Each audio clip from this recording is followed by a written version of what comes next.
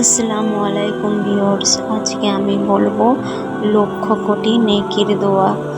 এই দোয়াটি হচ্ছে যে ব্যক্তি প্রত্যেক মুসলিম নর-নারীর জন্য একটি করে দোয়া করবে, সে তার আমলনামায় কিন্তু একটি করে দোয়া লেখা হয়ে যাবে। প্রত্যেক মুসলিম নর-নারীর জন্য এই দোয়াটি করলে। তো যাই হোক, আমি এখন দোয়াটি বলছি।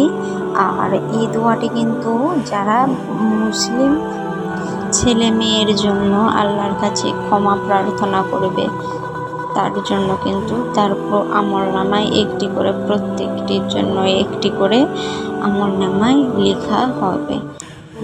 আর দোয়াটি হলো আল্লাহুম্মা গফিরলি ওয়ালিল মুমিনিনা ওয়াল মুমিনাত। আরেকবার আমি বলছি, আল্লাহুম্মা গফিরলি ওয়ালিল মুমিনিনা ওয়াল মুমিনাত।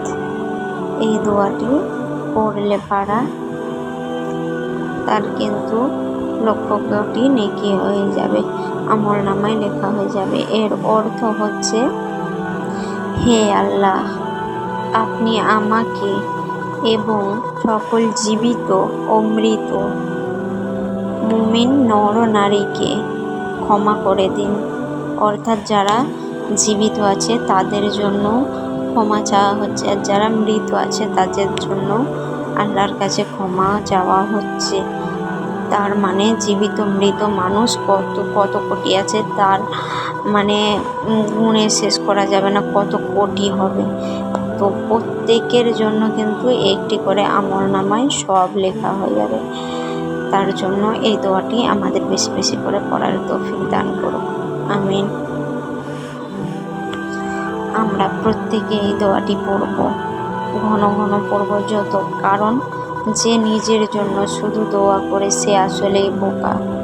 নিজের জন্য দোয়া করলে, নিজের জন্য দোয়া করতে বলা হয়েছে বেশি বেশি করে, কিন্তু যারা শুধুমাত্র স্বার্থপরের মতো ভাবে যে আমরা অন্যের জন্য কেন দোয়া করব, নিজের জন্যই করব, কিন্তু ভুল। অন্যের জন্য দোয়া করলে কিন্তু বেশি করে নেকি, বেশি করে সওয়াব লেখা হবে।